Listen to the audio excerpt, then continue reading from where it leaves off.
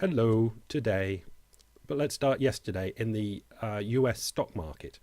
And this is the Wall Street Journal data page, which I kind of keep open most of the day. And let's take a look in the top left major stock indexes and go to the Russell 2000 because that went in green. You can see in percentage change, 6.42% up. Now, it was actually negative red within an hour of the close. So that's a ridiculous sort of last hour ramp up. But I'm not so much bothered about that. But I'd just like to point out when America closes in the green so much like that, and bottom right currencies, if the Japanese yen doesn't strengthen too much overnight, generally what happens is that the Nikkei goes positive the next day, but it hasn't. It's only gone down 0.85%, but it's now down at 8384, which is very low. Let's have a look at the Nikkei, including that great plunge down, which would have been their nuclear problem in, well, it looks like it was March. Things leveled out, but you can see since the summer, since August, things have been going down quite a lot for Japan in their stock market. And broadening that out, 1E is the Japanese Nikkei over the last 10 years, and it's another classic going nowhere sort of chart. Like most of the OECD world, the stock markets haven't gone anywhere. But you can see it's wobbled between 18 and 8,000, 1,800, 18,000 and 8,000, and it's going nowhere. And if we can remember that what would have been the 10 years before this, it came down from about 38,000, going nowhere at all. And we know that Japanese bonds don't give any yield at all, so it makes me wonder what they do for insurance companies and pension funds in Japan for actually getting enough yield to pay out. Anyway, let's go to Cullen Roche, who's been doing us well with these MMT things, and an article he has today. At the top in the darker grey background we have Greenspan quote. So in quotes is Greenspan saying the US government can create dollars at will to meet any obligation. We're quite fine with that, and it will doubtless continue to do so. US treasuries are thus free of credit risk. They can never default because the US government can always just print up whatever necessary to pay any debts. But they are not free of interest rate risk. If the treasury net debt issuance were to double overnight, for example, newly issued treasury securities would continue free of credit risk, still no default risk, but the treasury would have to pay much higher interest rates to market its newly issued securities. And obviously that ain't necessarily so, because Cullen comes in. So the man who ran the Fed for 18 years doesn't understand that they're the monopoly supplier of reserves to the banking system, and that they quite literally set interest rates. The Fed does. That's what they're doing at the moment. Odd comments, since Bernanke has explicitly said otherwise, and is acting explicitly otherwise. The follies of QE have been based on the same misconceptions and misunderstandings of its transmission mechanism. But more importantly, the Fed continues to misinterpret the true cause of our crisis. We are in a balance sheet recession, and the problem facing the US economy is one of too much aggregate debt. That's everybody included. It's just too much debt. Monetary policy reduces the strains in this environment by alleviating pressures on debtors. In other words, trying to get interest rates down so repayments are lower.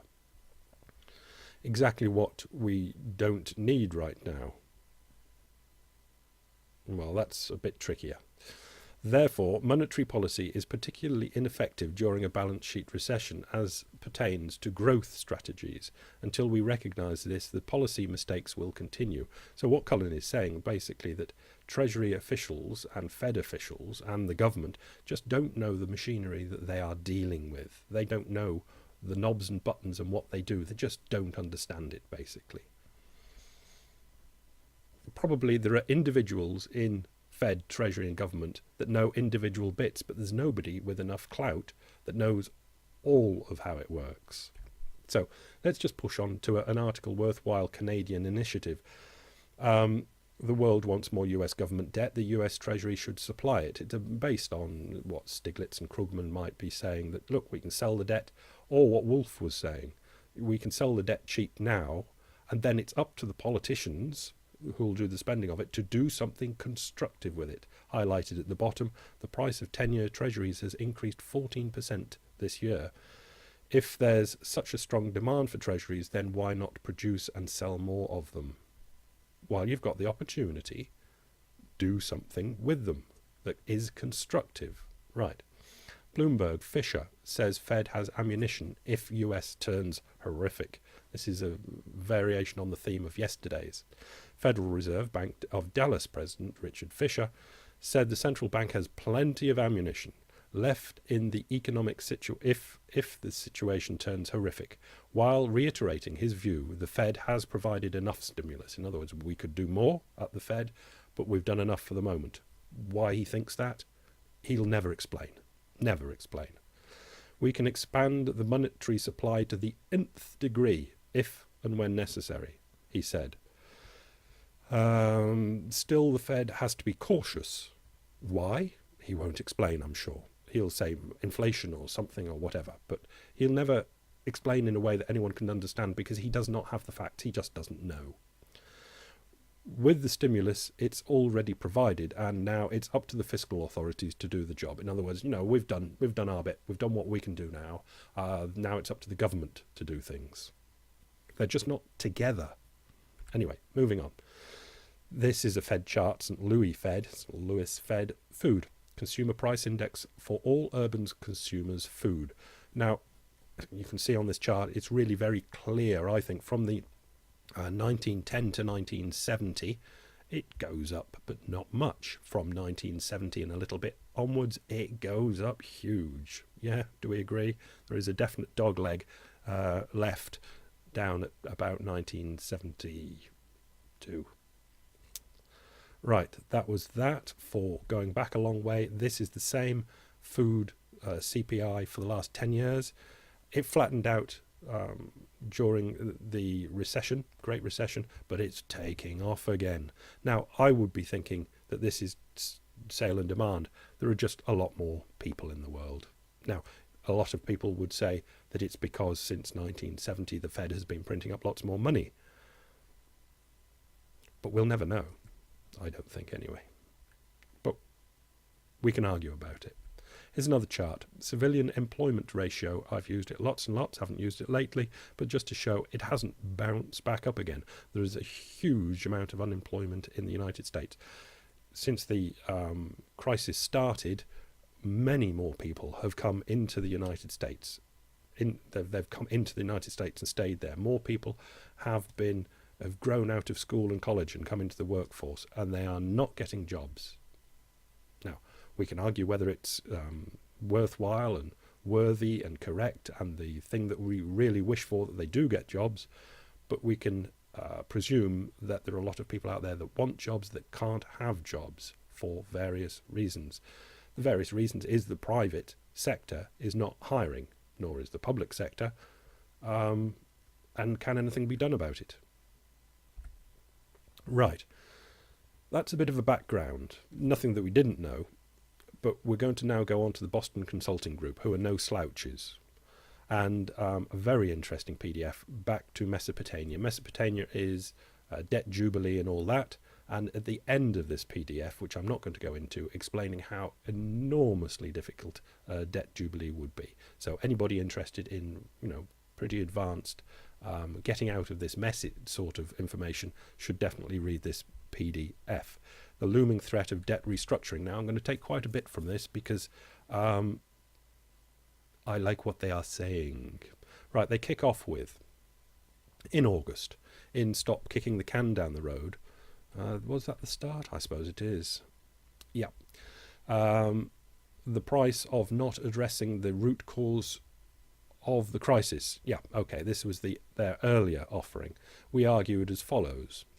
Politicians are trying to solve the problem of too much debt by playing for time.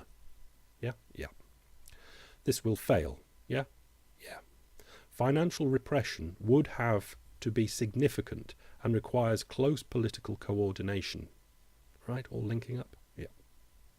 In addition, it does not address the pressing issues of global imbalances, yeah, and the adjustments required within the Eurozone. Yeah, so we've covered all that. We know all that.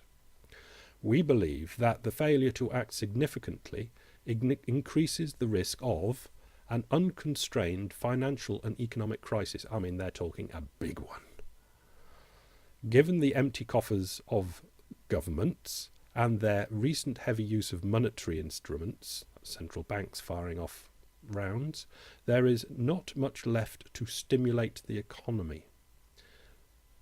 That is politically and easily viable. Yet, it will be very hard to stabilise economies and organise a soft landing.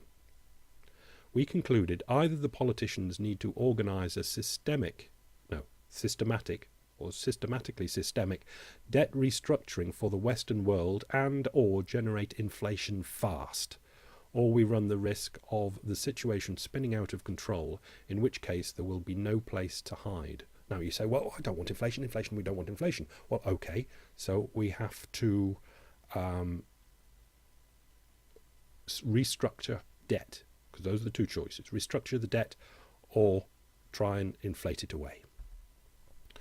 They go on. We believe that some politicians and central banks, in spite of protestations to the contrary, have been trying to solve the crisis by creating sizable inflation, largely because the alternatives are either not attractive or not feasible.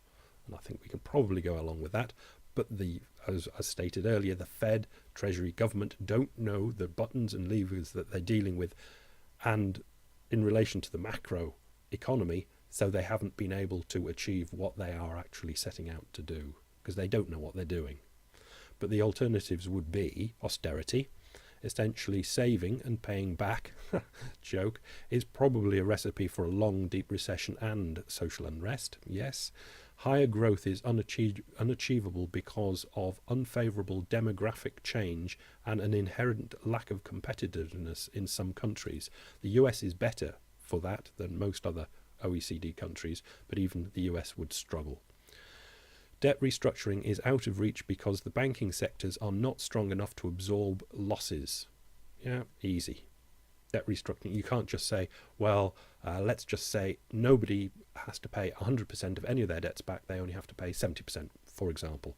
The banks could not absorb that 30% at all, obviously. They're struggling even to stay alive with the promise of 100% being paid back.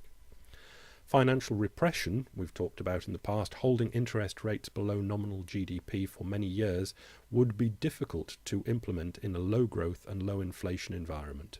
Easy, yeah. It would be crushing.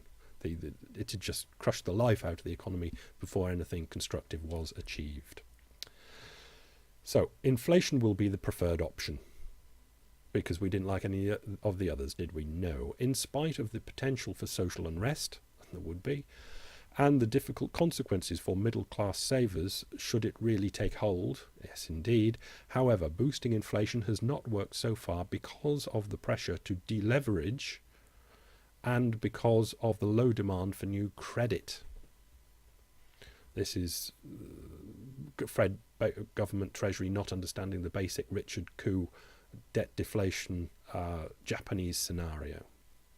Moreover, the inflation solution, nicely couched there, because it's no solution at all, obviously, while becoming more tempting, may come to be seen as having economic and social implications that are just too unpalatable. Even in the inflation way out is obviously still no way out. So what might the politicians and central banks do? Because they are in nowhere land. They have got no good options at all. First, acknowledge reality.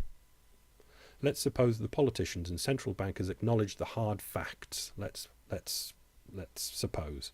Agreeing on the starting situation would be a precondition for defining an effective remedy. We all agree. Before you can sort anything out, you need to know what your problem is.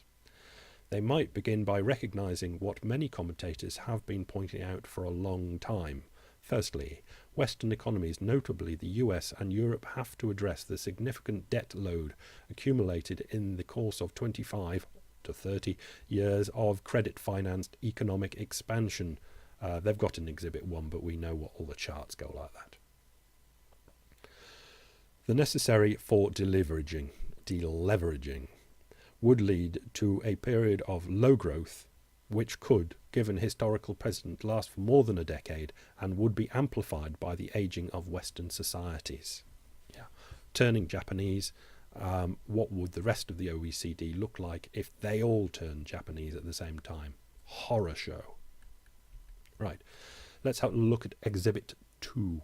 Now, what they've got is the 180% threshold, which is the number that I made up, with 60%, 60%, 60%, trying to get things to a reasonable level of indebtedness. 60% for household to GDP, 60% for corporate, 60% for government, just as a, as a place to say, look, we can probably handle this. Now, I'll go on later to say, you can't even handle that. You can't handle the truth.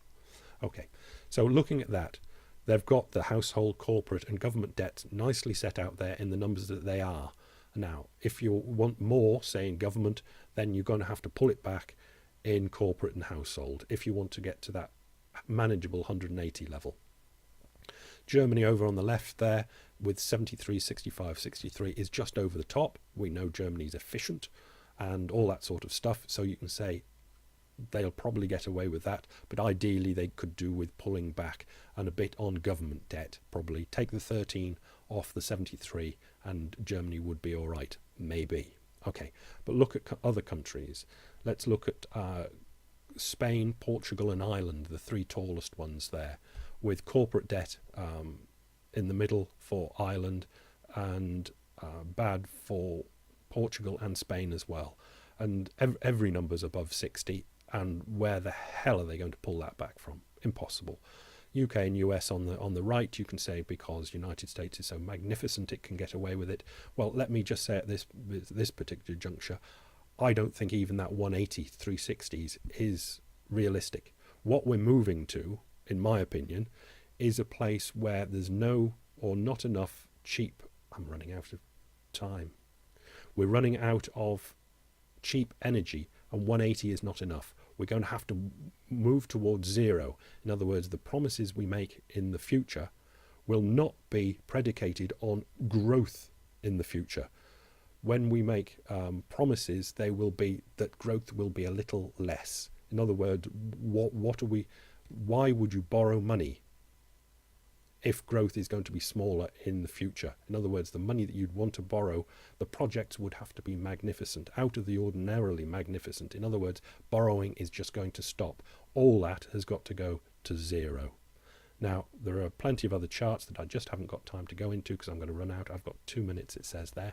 So let's go to Exhibit 3 and I'll go through it. And these numbers in the oval yellow ones in billions, in other words thousands of billions, over on the right, the United States, 8 trillion is needed to get back to 180, 3 lots of 60, which would be 25, a quarter of all household wealth has to be taken and used to get to 180.